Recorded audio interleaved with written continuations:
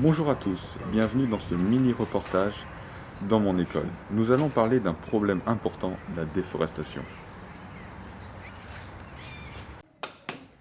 Comme nous savons, la déforestation est un sujet très sensible. Pour cela, nous avons un envoyé spécial sur le terrain, Aldri, qui est parti interviewer un bûcheron pour voir ce qu'il pensait de la déforestation. Nous sommes en présence de Roger. Bonjour Roger. Alors, qu'est-ce que vous en dites de la déforestation? Qu'est-ce que vous pouvez nous dire dessus? Bonjour André. Moi, la déforestation, je trouve ça cool. Pourquoi? Parce qu'on coupe des arbres, on a plus d'espace et on peut y mettre des parkings, donc pour y ranger les voitures.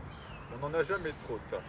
Donc, pour moi, c'est un avantage. Et de toute façon, même si on n'a plus assez d'arbres, rien ne nous empêche d'en replanter. Merci beaucoup pour votre réponse, Roger. Ce n'est pas si simple. Mais qui êtes-vous, monsieur? Je suis un vrai scientifique, je m'appelle Monsieur Jacques.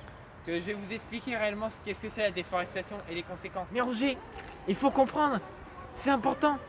Si on n'a plus d'arbres, si vous les coupez tous, comment on va faire l'été? On n'entendra plus le chant des oiseaux. Et ensuite, comment ils vont faire les enfants pour s'abriter à l'ombre? C'est un enjeu environnemental, c'est la biodiversité que vous détruisez. Rendez-vous compte, Roger. Oui, mais par exemple, prenez l'exemple de cette école.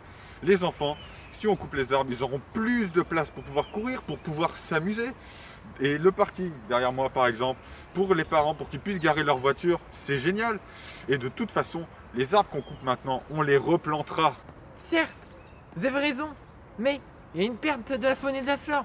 Comme vous pouvez le voir ici, les terrains goudronnés, bitumés, ils n'absorbent plus l'eau, donc il y a sécheresse. Et tous les arbres que vous coupez, ça va prendre du temps à repousser.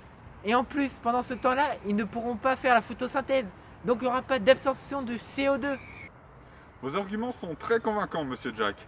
Mais bon, moi, je ne changerai pas d'avis et je continuerai à couper les arbres.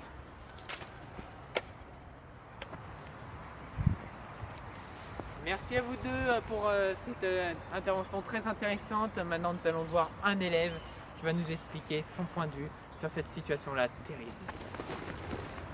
Bonjour Jean, Bonjour Monsieur Aldri, comment allez-vous? ça va bien et vous? Très très bien. Nous avons une petite question à vous poser. Préférez-vous la cour d'école avec les arbres coupés ou quand il y avait encore les arbres? Je préfère largement quand il y avait les arbres. On avait une sensation d'air frais, on sentait la nature. Maintenant, avec tout ce bitume et le parking, on a l'impression d'être oppressé. L'air a l'air plus chaud, on se sent vachement moins mieux, vachement mal. D'accord. Merci beaucoup pour ton intervention. Jean, tu peux y aller. Au revoir, à bientôt. Bon, c'est déjà la fin de ce reportage. Je vous souhaite à tous une très bonne journée. À vous l'antenne. C'est déjà la fin de ce petit reportage. Pour finir, comme nous l'a dit le scientifique, le mieux c'est de garder les arbres et préserver la biodiversité. Il faut donc privilégier les espaces naturels. Bonne soirée et au revoir.